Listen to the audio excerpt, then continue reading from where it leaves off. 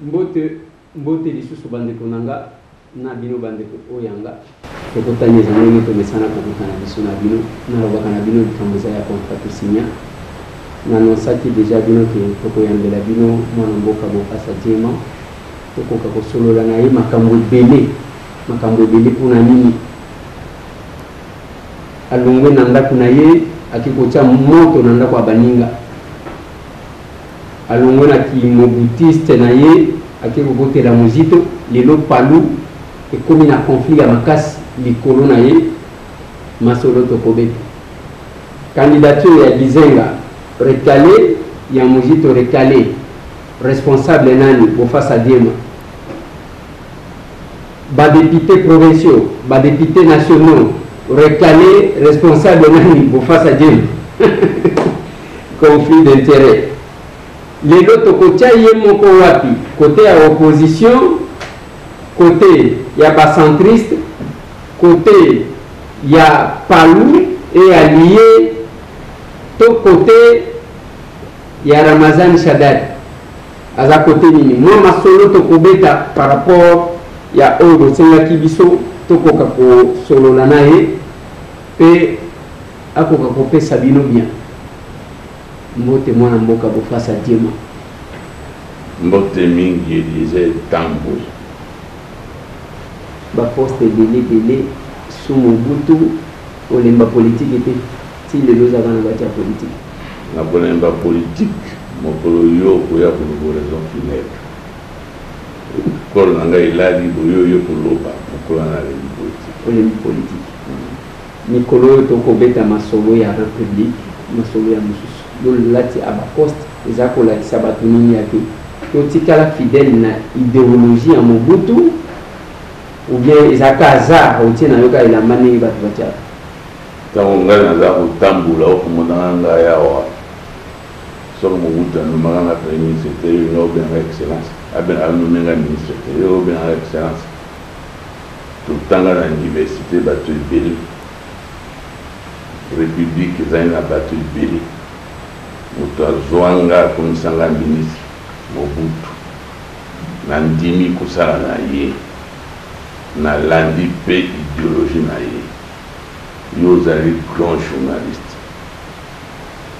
na 2016 na parlement j'ai fait une grande déclaration j'ai dit que je suis mobutiste et je le suis, je le dis avec force, je vais le demeurer jusqu'à mon dernier soupir. Et nous y tout le voisin naïe, aïebi que nazali mon boutiste. Aïebi yango très bien. Et andimi nasala naïe. Lokola yo tout nakabatu tokomi wapi. Si on a lati et lamba oyo ya mon boutiste pour répondre yo moko tokomi wapi. Voilà. Tokoma kuna ma relation na bino na musito lokola yoza sosa mambo ekutia moto tokokoma nanu kuna mena zozongana siko tango vandaka otali baninga bozalaka na bango na Mobutu bamususu lelo bakoyembaka jaleli ya Kabila oyo bayana afdel pona kolimonger Mobutu na batu na ye osala analyse nini parce que na kati wana oyezana ba mususu même bazalaka ba porte parole ba mususu bato makasi lelo tango bazoloba ozomitu na ke bon Mobutu na Kabila bazandenge moko ou bien zaka opportunisme osala lecture nini par rapport ya yoko Eliezer na sepeli mingi makasi la question d'autonomie. Il y a une question encore très profonde pour l'avenir ya mboka na biso et surtout pour la biso d'acteurs politiques. Il y a une partie ya lelo à travers la réponse nanga pour ça la distinction dans ça la mission. Nani azali en politique, nani azali homme d'État, nani azali opportuniste. pour ça la distinction est comme ça.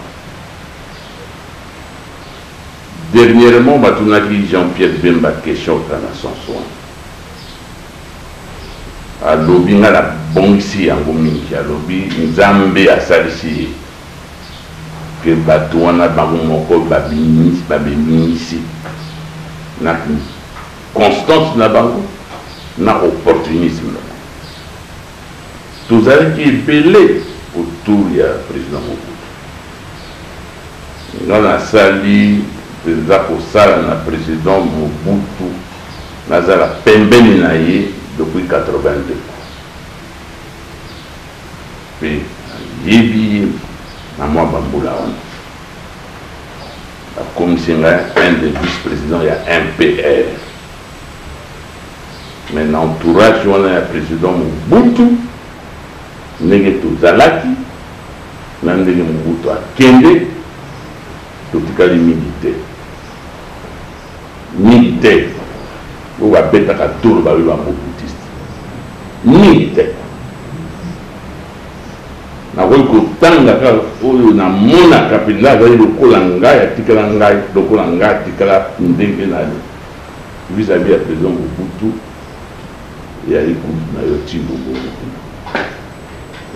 ye ba misusu mingi ba koma ba tiet ba misusu ba kende pinda 90 degrés vraiment 90 degrés ba bossa na Mobutu.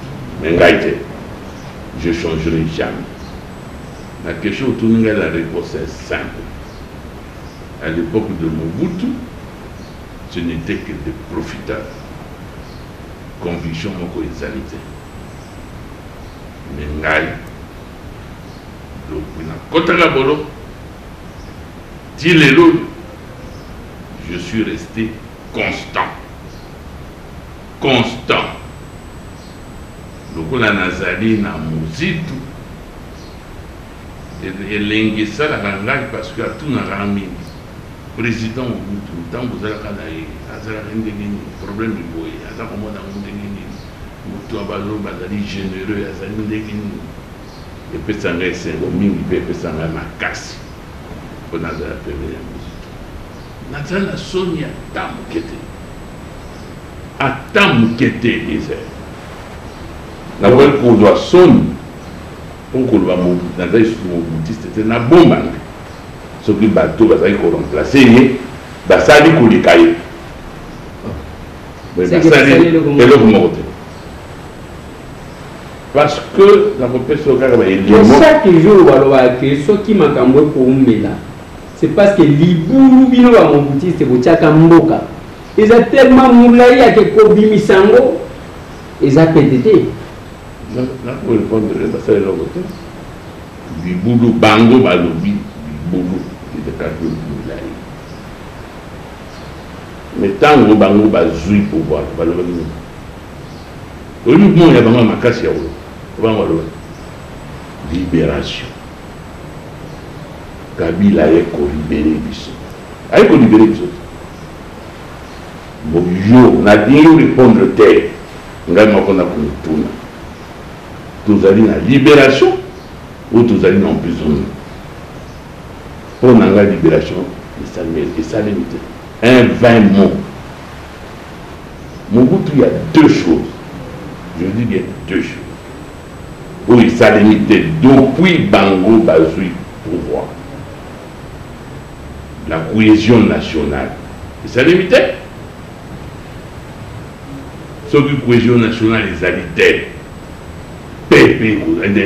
Développement que la terre, ce qui cohésion nationale et sa limité, c'est-à-dire le rôle à yo, aucun en bandaka, bayambio, aucun à l'umbashi bayambio, bayambio aux alliés congolais, et qui biso nyonso, mazembe à poli, parce qu'il a biso nyonso. À l'époque de Mobutu, ce qui va bomi batona Kivu, Moutou azali na bwende amoni lokwa bakati ekota a sentir que bazokisi ndeko na ye babomi ndeko na ye.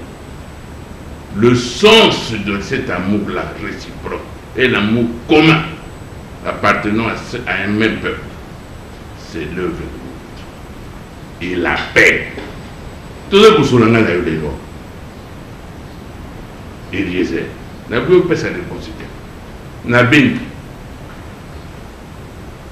une petite ville lokola Beni, bato baye ba koti, na yebite so ville ya Beni, na rompo ya munene wana ya Beni, ba komi ba bomi bato type ba bimi ba kei.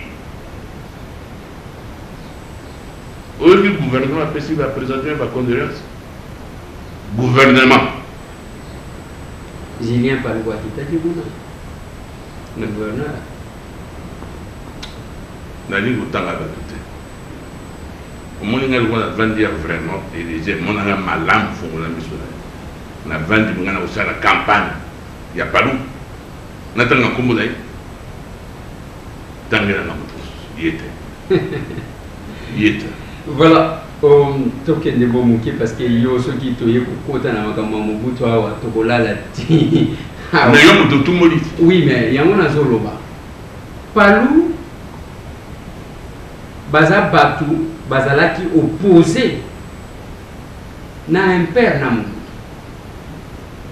Lelo face à Djema qui se dit encore Mobutiste dit kaliko wanga na yangote alongwa ke ko tia moto nanda kwa baninga na yambaki batu na biro nanga balobezo mwana makambo wangu yo mutu apalo ko kende ko sangana na bo fasa Djema pona nini yo mutu zana idéologie apalumbiste okende ko sangana na ba oyo ba complotaka pona ko boma lumu oyeka ka utungi comme conséquence lelo candidature les okweya makambo nyonso ezotambola lisusu te yo mutu moko komi lokola mutu oyo babwaka kaka na mai oyo mbisi emelaka wana soki nani balobaka na bible ozomona te ke na ase na yo eza makambo okokaki kosala te eza oyo wana bino bopesinga bagalo mingi bato baye kotala palu na palu ezaka bango te bakoloba makambo wana mingi bapesinga bagalo mingi nangi na to bande begizenga na Mobutu na Lumumba esika moko gizenga Lumumba na Mobutu na début na bango esika moko tina taberon leka zukumila bango mikanda Mobutu ça c'est de deux Palou ntango basuspendaka Mozito liboso ezala bofasa eza makambo na Palou bofasa te ya mibale Eliezer Mozito c'est qui? Mozito c'était l'ancien premier ministre et Mozito était le premier ministre de Palou. Mozito était premier ministre issu de Palou. Mais premier ministre à Palou. Palou, Mozito plutôt Azali, premier ministre Azali, premier ministre à la République. On a député national, Molobi. De côté, on est en contact dans le premier ministre. Nous avons une très très bonne relation. Très bonne. Nous avons une maladie. Et pour tout, nous avons à Bengingai.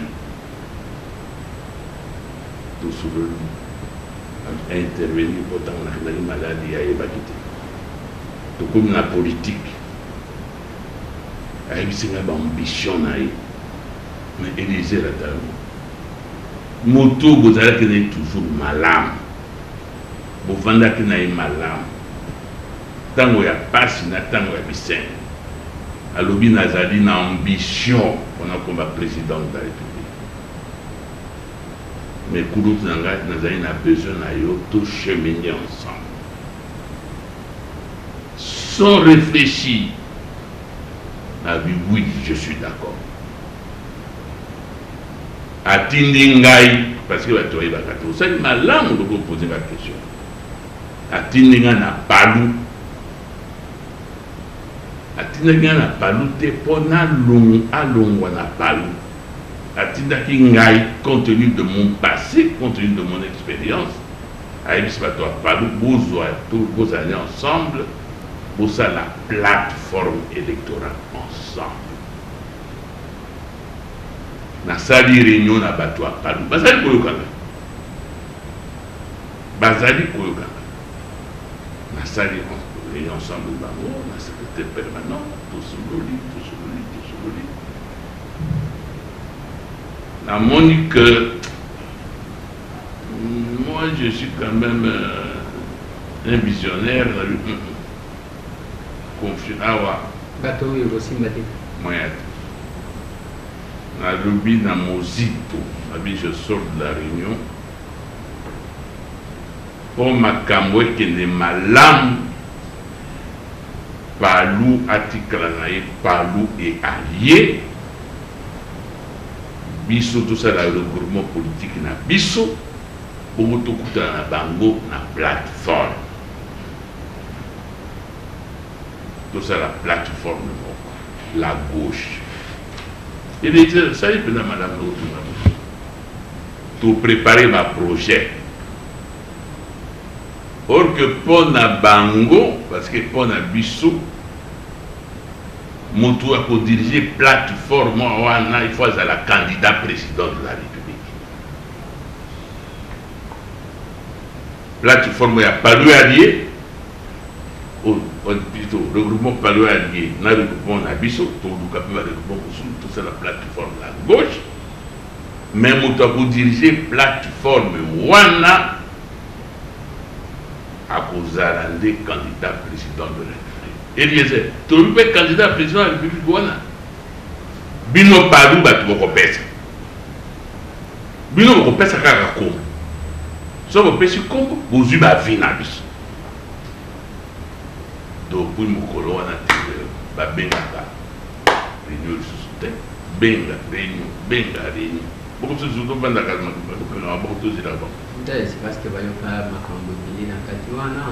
Parce que yo d'abord on dit Mozito parce que tango beli ok okutani na ye peut-être à Songio yango ke kondima Palu va sentir que ozana na argument fondé te o izotala et izotali sa sens ya nationalisme oyo Palu et prona là-haut il y a qui ça na okambu ça o lui monta ben ça na Mozito on a la musique au Bananda pour Solola.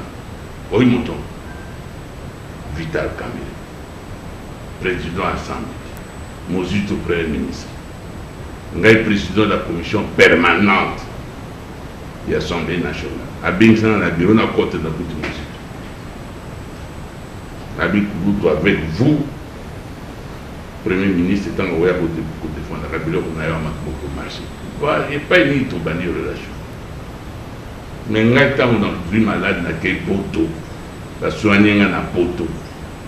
Na zongi ya. Nous appelons ça même $1. Nde to kutani na ye. A bengisi ngai. Babi kutu ya kana bio. Na ye na bio ni na lobi. Biso ba africain. Tous amis non malade. Tu es tombé malade. Tu kutana quitté. Voici par nanga. Na wanga na. Yo suis malade, je suis malade, j'étais malade, je suis par acquis de conscience, vous êtes malade, je n'ai pas participé. Voici ma participation. Merci, problème, entre-temps, vous expliquez ça malade, les candidatures sont recalées. Il y a Gizenga recalé parce que yo ya kopé sa boule na yo. Tango ke na Palu. Au moins que je suis mbatté au lobby naé, non, et qu'on s'enga tout ça les deux comme comme conséquence, candidature à Gizenga recalé, il y a Mozito recalé, il y a députés provinciaux nationaux recalé, au moins que ok, oyeka koloka batu, ce que batu wana batika la ndengwana. Ngaza une député, pendant le kabatu, ah je n'ai rien à woloka papa ni. Tes premiers alliés, jalousie interne na kati ya Palu. Toyo kaka Palu kaka banda. libanda pokote na kati oyoka bango solo na bango nayebi te soko mikolo oyo omonaka papa Gizenga. Moi, mon père est mort chez moi à la maison à l'âge de 103 ans. Voilà. Mon père, mon géniteur, à l'âge de 103 ans. Et Naïbi Mouvi, à partir de 82 ans, 85 ans, au moins ce que mon père vivait. Il avait seulement un petit effort avec ça, là, pourtant la Bible, sans lunettes. À quel âge comme ça? 82 ans. Ouais. Je dis bien, il disait sans lunettes, pas comme ça, sans lunettes. Mais je prenais soin de lui. Donc, mon tour ça vient du vieux Gizenga. Gros mensonge, comme disait le maréchal. Gros mensonge. Le palou, c'est une coquille vide. Une coquille vide. Na poche ya Kabila. Oh. Ah oui, je le dis avec force. Na poche ya Kabila. Palou. Palou. Nyoso akele komemaka ba candidature avec Gizenga tout ça. Ba tout nyoso ba kande kona. Obi comment na bango? Louis de Funès. Bah, Louis de Funès, des acteurs du théâtre. Nyoso wana nani asali théâtre parce que nga na yambaki ba tu émission nanga baye ndeko moko alobi ndenge nazo ya boy na wuti kozala na patriarche na wuti na ndaku na ye maloba nazo loba eza yango. Et na seni muto ya ko déposer candidature ya patriarche Antoine Gizenga ezali mutu mususu te. Secrétaire permanent ya Palou et en plus mwana na ye. Tiko akogende kosala théâtre ya Likambo. Ah, il disait yo oza mutu asongi songi mais il faut na loba. Nandimi songi songi na yo. Émission moko na lekaki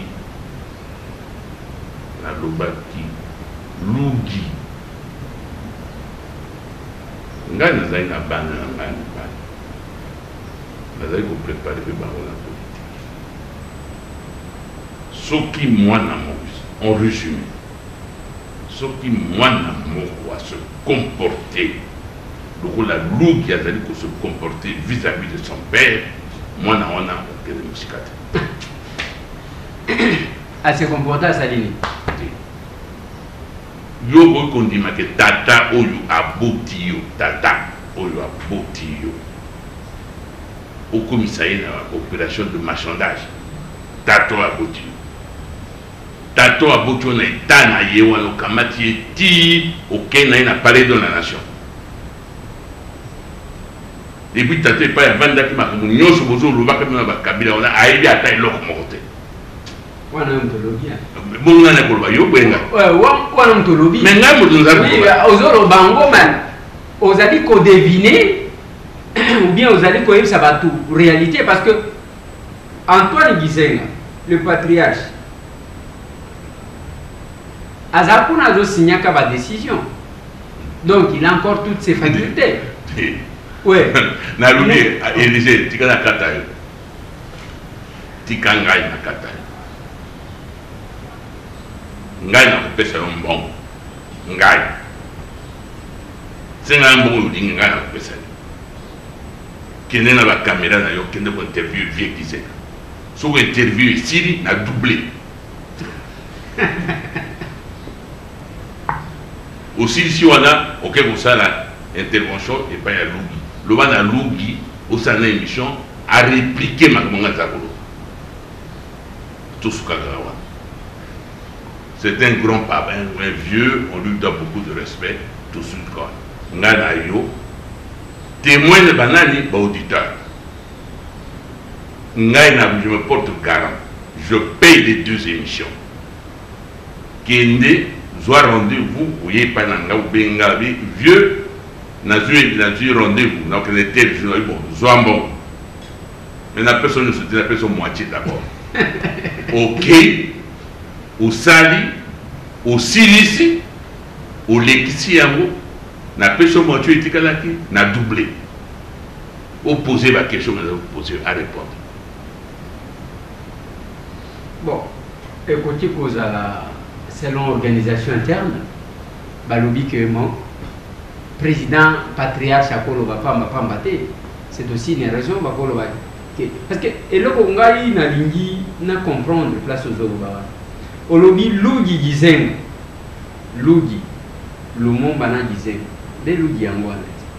Tu vois, Azali, comme marchandé, combo, papa naye, nandenge nini, sur base, il y a ni nos Zoroba. Azali, comme marchandé, combo, ya papa te. Azali, comme marchandé, physique, ya papa naye. Nzoto ya papa naye. Akutambula kana, atambuli na papa naye. Na yelugi, na moutwa ya mbaki papa Gizenga, bazali correct vis-à-vis des Congolais. Non, mais lui surtout lui Gizenga vis-à-vis de sa famille, vis-à-vis de ses frères, de ses soeurs. Ah, il savait la réaction à soeur naïe. Tant au moment qui na WhatsApp image on a papa là-bas depuis le Canada. Quelle était la réaction de sa soeur qui est au Canada, l'infirmière? Tout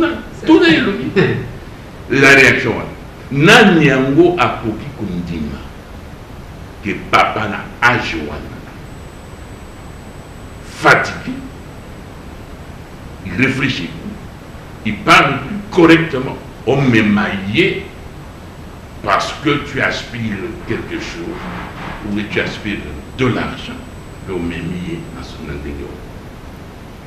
Et tout dans oh papa là t'as costume là pour qu'elle aille non la tire yo gizen yo lugi non ma comme ils mingi tu quand respecter papa wana moi je te dis que j'ai perdu mon père à l'âge de 103 ans là-bas âge wana na boka koloba mingi je respecte son papa mais pas lugi pas du tout oh non c'est pas le fils de Gizen parce que s'il était le fils de Gizen il allait pas se comporter comme ça. C'est bon, il est le fils de qui? Non, je dis s'il était vraiment le fils de Gizen, c'est conditionné, non? À correct qu'on se comporte parce que papa disait. À se comporter, ni nyango ya mabe lugi à lobby ou moni penza que o muto ako sarate nini.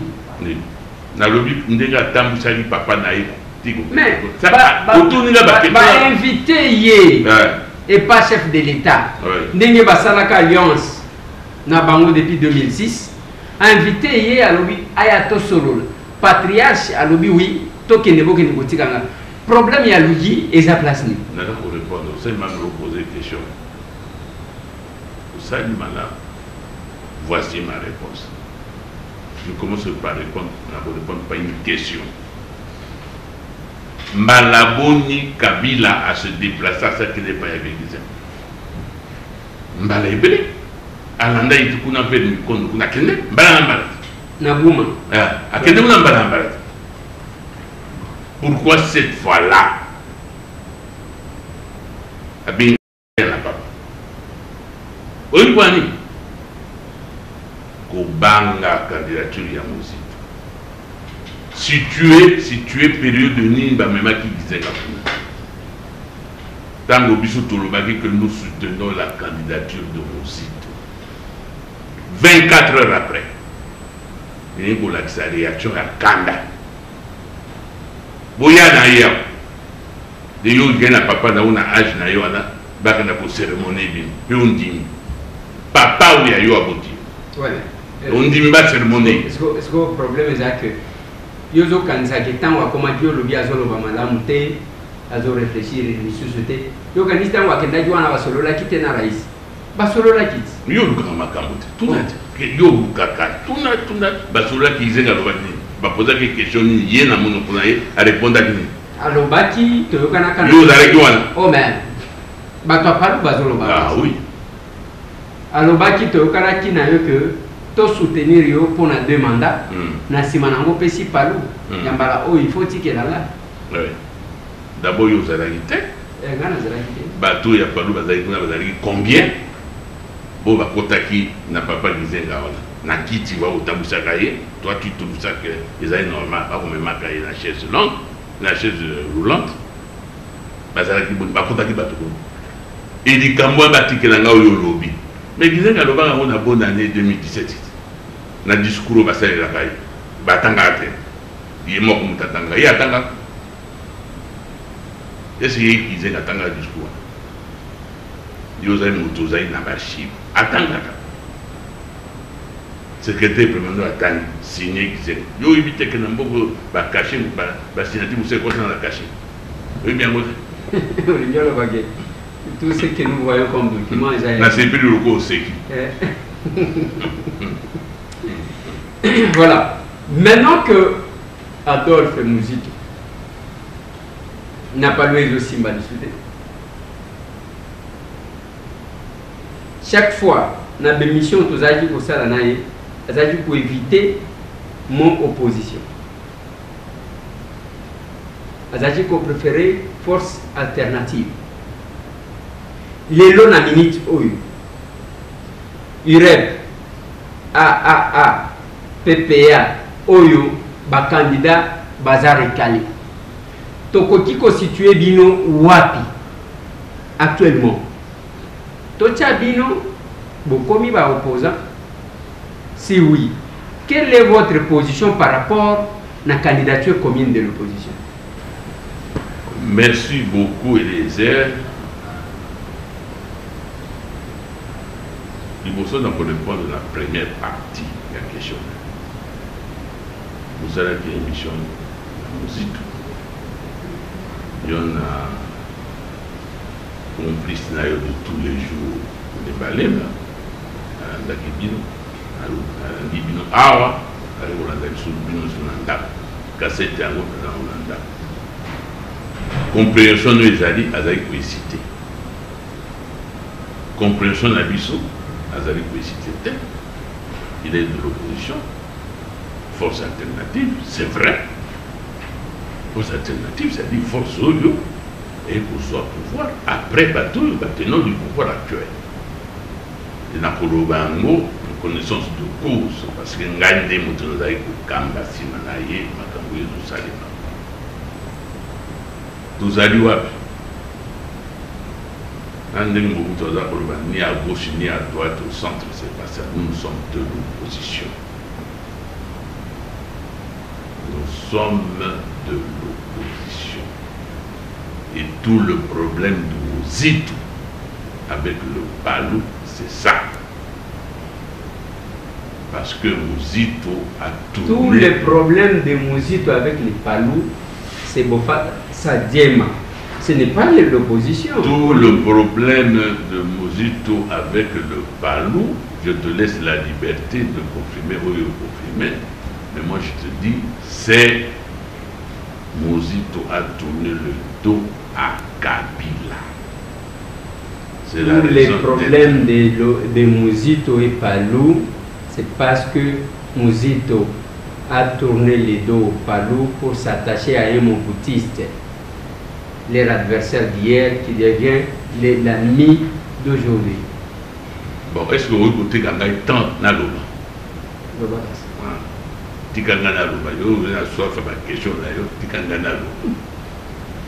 Tout le problème de Mouzito, c'est parce que Mouzito a tourné le dos à Kabila. Et puis, il a eu ça qui n'a eu pour sa tête, Eliezer, que le Palou est à une poche à Kabila. La candidature, il y a Gizenga. Gizenga, la vitesse. C'était pour nuire à la candidature de Mouzito. C'est ça la vérité. Bissot Tozali na opposition. On a une déclaration de l'opposition et ça va aller dans Bruxelles. Les candidats président de la République, Tshisekedi, Bemba, Kameri, ils ont signé ensemble avec Mouzito. Donc, on a un coteau, on a ici à 17h. des représentants de tous les candidats que la République au bout dans la G7. Donc nous sommes en train d'évoluer dans le cadre de l'opposition. Parce qu'à Namoka, au centre, nous avons deux camps. Où vous êtes avec Kabila, vous n'êtes pas en Dieu, vous n'êtes pas avec Kabila. Ngaï, je ne serai jamais avec Kabila. Et Mouzito n'est plus avec Kabila.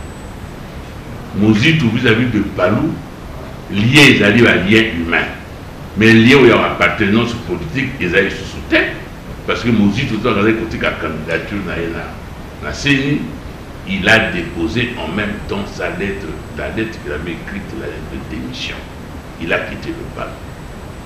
Donc, Tozali n'a opposition. Makambo ya candidature commune. Le président Mouzito a dit qu'il est disposé, il y a comme Benan pour avoir un candidat commun. Il y a opposition. Sauf qu'ils allaient été en Bendi. Mais il faut un programme commun et une vision commune. C'est lui qui a parlé de ça, le numéro 1. Liboso, programme commun, vision commune, candidat commun.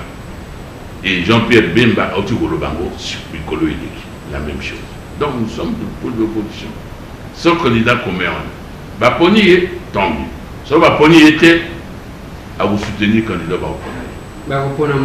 si va recaler candidature ils allaient lobby. Ils allaient lobby. C'est pour vous dire qu'il est prêt. Mais ma bisognoso biso to si manaye soki bango basi bango 7 wana basi ba okani que candidat commun na biso ezali Ndeko Eliezer bisognoso to kolanda Ndeko Eliezer. Mais il faut aussi un programme commun. Pour mon candidat, la candidat a un programme. Il faut faire la synthèse de tout le programme. Est-ce que l'expérience politique aux Anna, Yamboka, aux hommes que cette opposition constituée n'a pas prête, non avait pas gagné. Pour le mot prêtre. C'est, non n'a pas prête. Constituée n'a pas prête. Ce que tu as dit. Félix Tshisekedi, prêtre. Jean-Pierre Bemba, prêtre. Vital Kamerhe, prêtre. Adolphe Mouzito, prêtre. Martin Fayoulou, prêtre. Prof Matungulu, prêtre. Donc, Moutuna Moutou, Aza prêtre n'a point naï. Est-ce que, là, je vais me confier à votre expertise, à votre expérience, il y a politique. Aux zones d'Ima que, opposition, on a sangana lelo, babimisi une candidature commune. Babimisi peut-être que bisonnion se trouve à la cima ya mutu. Combo on a la prêtre. Il y a mutu babimisi yo mutu komisi. Yo misi prêtre. Ma paroisse est rébellée. Je prends l'exemple de la ville à Kinshasa. Paroisse Bébou. Ma prêtre Bébou. En tant qu'humain, c'est gâté. Ma prêtre Bébou. En tant qu'humain, Bangounion Sobaza a une ambition, aspirer à être un jour évêque. Mais tu es évêque à vie. Ça a l'obéissance. C'est comme ça. Mais comment tu peux se combattre prêtre? Oui, mais prêtre n'a pas bâti loin. Moi, je suis un dégât catholique. Non, je crois que Eliezer, il faut quand même commencer quelque part. Et na lure tout ça qu'on kende yango na ba réunion sur tout ça pour ça là. C'est là comment on va arriver cette fois-ci dans le cadre de la solidarité, de l'unité de l'opposition. Il y a pour désigner le tout. Et tout ça pour pousser Bango dans son soin. Et un jour au Bokam, les na Vatican. Comment on a fumé blanche et Kobi. Comment on a moto. Ok. Fumée blanche et Kobi. Avec machine à voter. ou sans machine à voter en auto qui n'a pas élection. Telle machine à voter aucun opposant n'a au Bazali recalé. Je parle ici des candidats président de la République. N'a au Bazali recalé. N'a au Bazali recalé. Aucun d'entre eux, jusqu'au cas de sur la mission de mon côté a été d'accord avec la machine. Et je sais de quoi je parle. Je suis membre de la commission de stratégie et je représente le candidat possible. Ok. Pas de machine à voter. Ok, pas de machine. Il faut révision du fichier électoral. Ok. Pas de machine à voter. On doit réviser le fichier électoral. Nanga pe alobi. No machine, no elections. Nambula oy. Pas de machine, pas d'élection. Nambula oy. Quel est le plan B selon? Et ça que tu commis les 23 parce que nanga commis au lobby attention qui va payer mon aussi go les souter élection vous allez le 23 Joseph Kabila Kabangi raïs 100% dans les Nations Unies à lobby bilo commissaire élection le 23 Monisco Bokende oh ba casque bleu boko sala taille logo mon côté bolongwa wana ingérence n'a pas fait l'intérieur et l'État. En répondant, au ramasser, parce que c'est une question, c'est une émission que nous faisons après cette intervention. Au pays, ça veut moi lecture naïve. Donc comme il est 23, nanga lobby machine et zawa.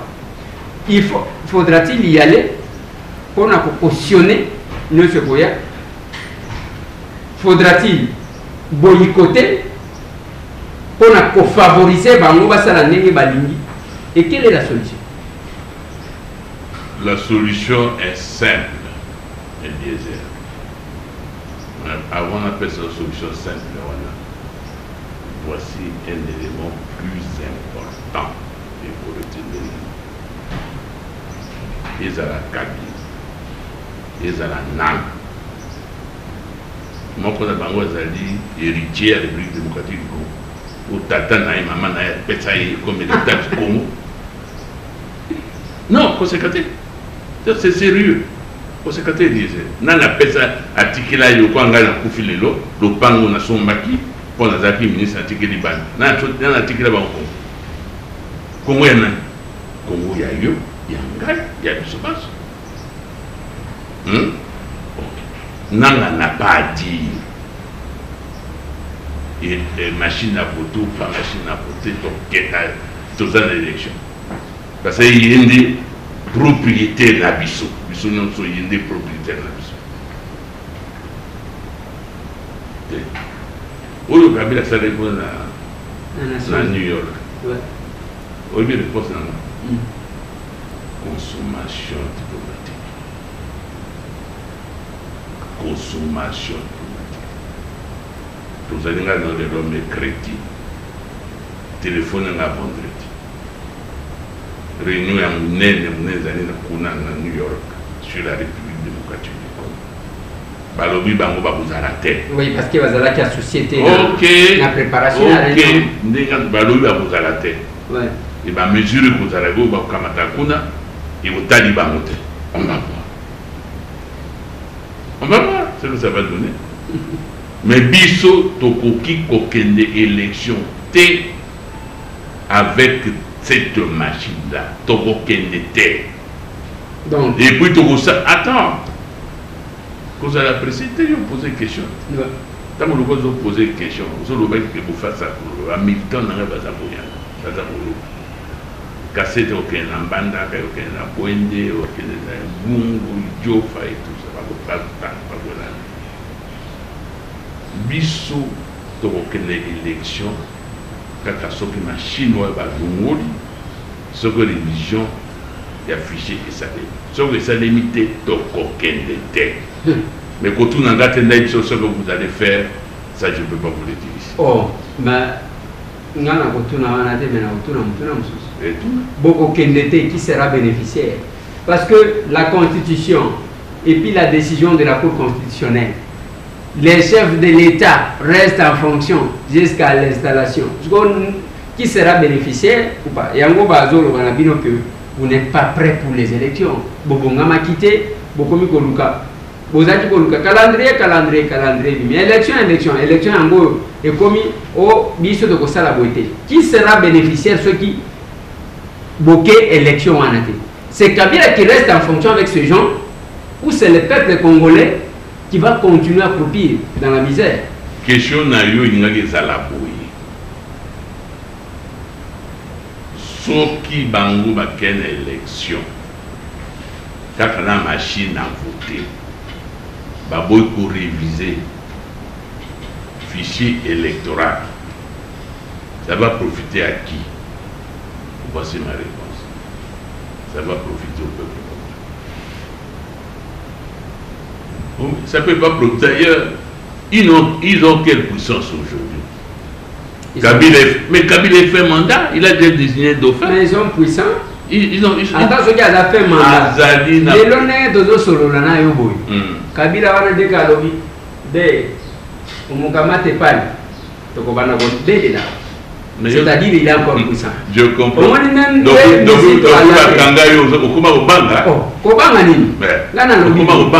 Adolphe Muzito Nenga Saliba tourné one. De l'autre dès à l'objet à Sengi. Bako Kangela et le Gola Katoum. Mais Katoum mais à participer à quotidien. Nous étions victimes de ça. J'ai fait 9 mois de prison. Dans ma carte, 7 mois de résidence surveillée chez moi. Yo tu as côté. La Boloko Bini. Deux autres sur la vie. Deux sur la vie. Exactement.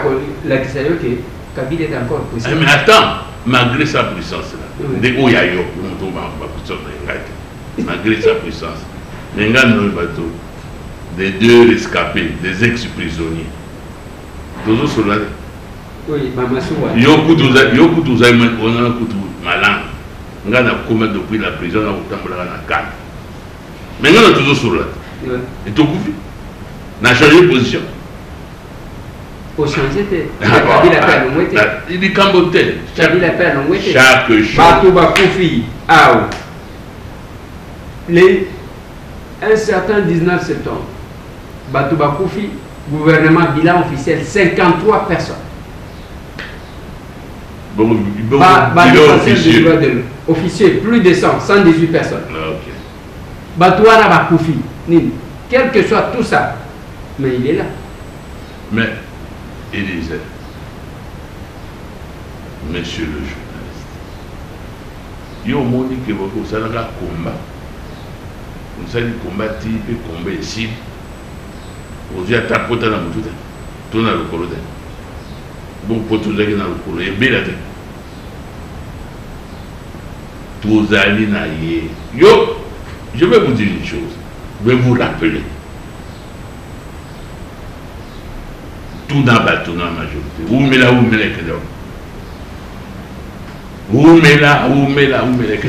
c'est qu'on a fait. Et que nous. Nalanda qui lobby émission na bani nanda ko etente. Journaliste a posé Blaise Bokokia. Ah bien hier vous avez dit ça. Hier vous avez dit ça. Où en sommes-nous aujourd'hui? Où mettons-nous les là?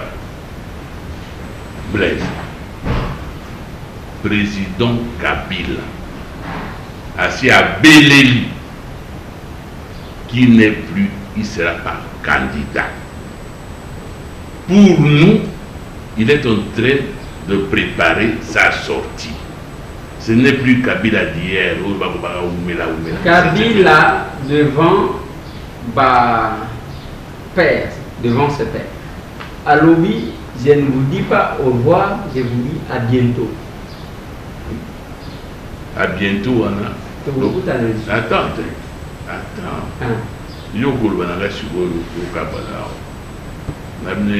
À bientôt.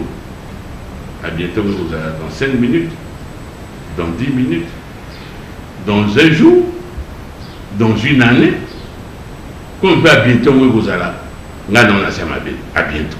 Et Yohana is Arthur. Tel, on a bien à bientôt. Nous, au coup dans l'hôpital. Aux autres, on a bientôt, on a bientôt. Regarde, tu gagnes. On a confié si maintenant. Je ne peux pas y avoir des camions tout au confié. À bientôt, quand même. Voilà. 5 minutes et l'éthique à l'école à tout ce qui est sa mission. Lecture ni au sala par rapport à la validation et à la candidature à d'autres. Et les airs, dans le Corbanayo, le Cameroun a une validation et la candidature de son titre, Manawa, et la somme. La Obanda de la somme. Somme vis-à-vis de la Cour constitutionnelle. La Cour constitutionnelle, ils allaient sommet. Il y a une juridiction. On a pour installer, pour imposer justice. Mais la Cour constitutionnelle, ils alignent des copains, ça exemple. Il y a une justice criante.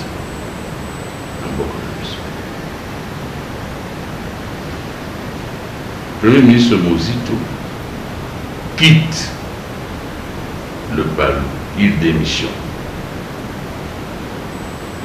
Lettre de démission à quelques petits caïens. Moutou, il y a pas de lettre de démission à Boï Kouzoya. Tout recourir, Eliezer, na service et à huissier de justice. Huissier de justice toqué na éti na bureau et à Paris. On a déposé lettre de démission. Mais à Sali PV, un huissier de justice à Katassile. À Sali PV, le Cour constitutionnelle a dit PV. A rejeté. Moutou a l'obité ngai na kati à Sali. Procureur général Cour constitutionnelle a dit Moutou a signé qu'il y en a un irresponsable. Vous vous rendez compte? Huissier de justice. Et comme la Cour constitutionnelle a pour ça la confiance. D'abord, l'élément, il y a justice au bâti la discussion pour dire le droit. Alors qu'on dit à Moussa, alors nous pouvons attendre de quoi? C'était quoi? Togo Zilani n'a pas. Donc, éviction, Kobo y a candidature à Moussou, il y a Moussou, il y a droit, c'est politique. C'est tout. Balinga qui était à la candidat.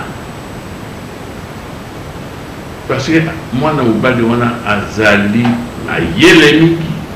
il est bien structuré pour Azala qui premier ministre. A Yépipe Makambo Mingi, ils allaient coller dans la gestion en Boka. Balinga qui était à joie comme président de la République.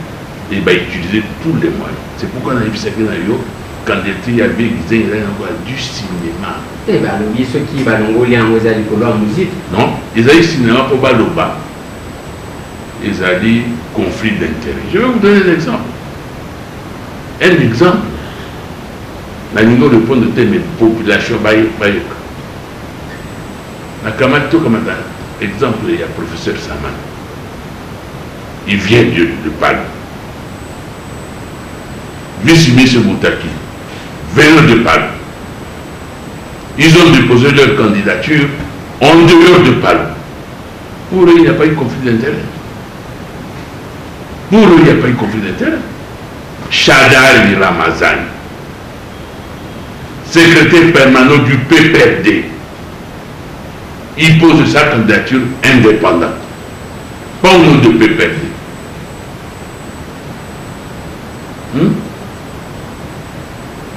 La Cour constitutionnelle va bien haute. Ezali Mawani. Lui dépose, King Moulumba dépose. Là, il n'y a pas de conflit. Non, pas du tout. Quand il y a Mouzito, conflit d'intérêt quand il y a Mouzito. Natanga qui n'attend qui Chadari parce qu'il est candidat du PPRD. dauphin. Il y a un exemple. Na boye pourtant qui y a na raison. Mais là pourtant la botakile na saman na muzito parce que ba munisa doki na palu. Mais pour le deux là, saman na botakile, il n'y a pas de conflit d'intérêt. Conflit d'intérêt quand le muzito. Mais parce que on a tête. Pour que muzito ne puisse pas atteindre le seuil pour l'élection législative nationale, ndenge balongoli ba candidat na biso ya IREP na ya AAA.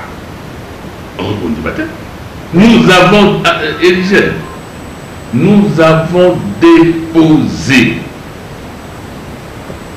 670 candidats. Au moins la mort est 14. 670 candidats. Oui, mais combien vous avez retenu? 214. Vous vous rendez compte? C'est politique. Ils veulent nuire la musique. Voilà, peut-être que vous déposez qui va candidature sans tenir compte de l'exigence de la loi électorale. Vous avez un peu de 600 plus de candidats, même pas la moitié. Pas du tout. Donc à peu près 30% de la retenue. Je te dis Nako. Et disait, Basali Yango Nako pour nuire à Mosito. Pour baliner Mosito à Koufa. Bakundaï. Avec un candidat président républicain. Batounaï, non, ce pas des députés. À vous accepter, c'est fini. Par le fait d'avoir tourné le dos à Kabila. Et il paie ça. C'est tout. Mosito paie. Makambango, ils sont partout. Même dans Banda. On a peu au Belaï. Tout le monde dit qu'il y a la Kisibiso qui voilà, bon, je suis sur le plateau. Ngai Tozalaki, Nazotanga Batupuke, Batubaye. Tozalaki Ngai, Papa Molière, Ndekodrigo Mokolo, Ndakwangoana, na avocat naïe, Tozalaki Bou. Papa Molière a dit, avant tout ça, l'émission Zélana a vérifié l'information. A Bengi ministre Koko Nyandi. Koko Nyandi a tangi kombo ya proche ya Muzito, proche ya Sogindeni Ninte, Logola, Atitite. Proche penza ya Oyo Bazakana Moadi. Alors, il doit confirmer que ndako wana ya Muzito. Bozo mona te que même awa sécurité pesate. Oyebi Drigo wana. Diamant tu fais oyebi Drigo. Et diesel. Nous avons un ministre. Nous avons excellence. D'abord, nous avons un ministre habitat. Il doit devenir habitat. N'a aucun mandat pour ce c'est pas mon travail. Pour ça, on a vu lui définir le théâtre aux zones du matin. Voilà un cas du théâtre. Kokonian. Quand il va là-bas, il fait du théâtre. Je te dis, il fait du théâtre. On a communal du Jombo, Saïsaï, à communal. N'a pas eu autant de petit, n'a pas Saïsaï, on n'a pas oublié, Bochar, autant comme la biche. N'a eu l'huile de finesse. N'a pas chez moi pas l'huile de finesse. Yo ministre, il va dire l'habitat. Ok, comme on en a. Autour d'un dako, il y a un âne. Ngai ministre face à l'époque, je me déplace par mes collaborateurs pour le faire. C'est pas moi qui le fais jamais.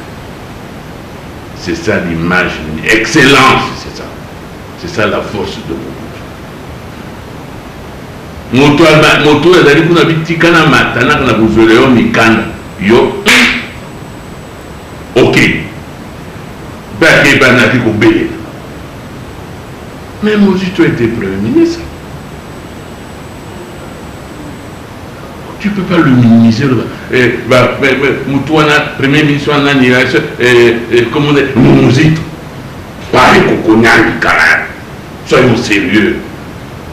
N'a pas eu l'anda été, n'a bassesse, moi. N'a pas eu ma tata. même si je ne suis pas au gouvernement, mais ma tante a fait un premier ministre. Là, mon film a été. Ce qu'on a dit d'accord, n'a été d'accord. Je ne peux pas le minimiser. Là, je sais c'est d'être une excellence pour devenir Koulouna. Parce que l'excellence, c'est le comportement, habillement, le parler. On va bien avoir excellence. Mais si on a bien eu excellence, tu te déshabilles toi-même avec de tels propos. Bon, on a été cinéma tout ça. Fonction, on a un ministre. Eliezer. Nazalaka ministre. Ils allaient Franco à Yembalouam. Mbetou ya hôpital. Aux alliés les l'audio vous arrêtez. Mais bateau yo bon babiso quoi on est en tambola. Ils ont un bateau ya régie des eaux, bateau ya SNEL, tant on a qui ministre de l'énergie, tant on a qui dans sport, dans la culture. Si on regarde dans le stade de voix, on est supposé péter à ma boîte. Attention, M. Kokonia. Attention. Dans la situation politique actuelle, qui est-ce qui dit que Chada et Ramazani, même si quoi, avant, il est lié. Avant que vous la musique tout est. Avant que vous la musique, tu sais ce qu'il dit. Bon, vous sur la musique, tout le monde est dans la musique, tout le monde. On a bien voté sur la musique, parce qu'il ne mérite pas d'être excellence. Pas où vous l'avez. Bon, ça l'attention. Ramazani, chef de l'État, tout ça là qui est mission dans le Kovazi, lobby, à ceux qui va demander les Congolais, Nyons, Baba Kokote, Bachaka, Bangelo. Ramazani a oublié. Bino Mobenga qui est Dakar. A Kolia, Bino Barekena, Baganen. Ngaï, Nazali élu à ville de Mbanda. L'élection est pour ça, les années 2018 ou 2019. Eliezer Batouba Golokanda, je serai réélu député national de la filière Mbanda. Mais Chadal, il va être président de la République. Oui, mais sur nous, on a pas au Bélanda. Beauchard, oui, tu as Beauchard. Beauface à Char, Beauchard. Mais il y a comme ministre, vice-premier ministre, candidat président de la République, comme on a mis coup sur le coup. Le coup sur le coup, attendez.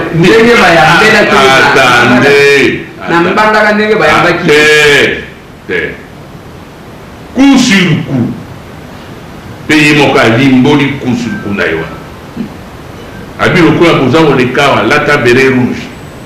Moto fingi maman na yo pe finga maman na yo. Président de la République. On verra tout dans ce pays. On verra tout. On verra. Ouais, mais on verra image quand même. On verra. Mais Bino président, Bino journaliste. Bino Eliezer, Bino journaliste. Vous avez un spécialiste en montage. Un spécialiste en montage. Je n'ai aucun candidat député national qui me fait peur là-bas. Okay. Aucun. Me faire peur. Aucun. Mais faire attention à ma candidat Moussousoui. Tozana Souka, mon amboka, vous face à Djema, Otali Caméra. Parce que souvent, les habits sont tendus pour le meilleur. Les en a fait, mon congé, Tindabiso, Otosale, la Gamsala, Oyo. Et puis, ils en ont des collègues, des couches news surtout, Bande kwa Palu, Bakolandayo, Bande kwa Mandaka, Bakolandayo. Na Talatala TV Otolekaka en direct na Congo Central na Matadi Bakolanda yo mon message na ngai ezali oyo ezokuta motema na ngai soki tolingi République démocratique du Congo etambola malamu économie et la développement et salema lobby to pona candidat président de la République où il y a solo et pona ngai candidat République il y a solo ezali monsieur Adolphe Mouzitou, mais il fait partie de l'opposition. Mokolo bateau l'opposition va ensemble par rapport à candidat pour l'engager. Mais déjà vous avez un meeting en haut il y a le 29 de votre candidat. Je ne suis pas le porte-parole pour l'engager meeting de 29. Président Mouzitou va l'ongolier politiquement parce qu'il fait peur. Peur n'a pas perdu, peur la majorité présidentielle. Bato ya palu mingi. Vous avez la Simaya Mouzitou, je m'adresse ici à la base. Pour face à des Simaya Mouzitou, on a pour ma paluté, parce que Yemoko Mouzitou a occupé pour ma paluté. Tiki Palou, mais il y a une relation à base à Palou. L'élection, tout ça qui preuve pour l'élection. Tout ma candidature dans Bissau. Malgré la diamité Mandoki, il était ma B, on dit dans Bissau, mais tout soit seul. Et nous aurons des députés nationaux et des députés provinciaux. Mais nous sommes au Salema, la cadre de l'opposition politique. Mbote na Binomingi, mbote na Monsieur Désert. Merci beaucoup. Merci Bandeko Balandi. Soki Tolaki, Tokokisaka, Toprometaki Bino émission Oyo. Zalaki Bongo Mboka face à Djema. Aza nouveau venu en politique. Il faut vous aller peut-être au niveau Congoté pour que vous ayez il a occupé autant de fois la fonction du ministre Namboka. Il est fier, encore une fois de plus. Il y a posé la Mougutiste et puis il a réclamé un mot fort. Alors, jusque là, tout ce qui est Netini Bali, il y a Natimbo Moumoukouna. Bandi Mabamsusu. Nengue Bazati ko yembe la Mobutu. Bakuma pe ko yembe la Kabila. Regarde combien. Nous soutenons les programmes de Ramazan Chadai. Ah, Michel Roboté, limite aux oeufs.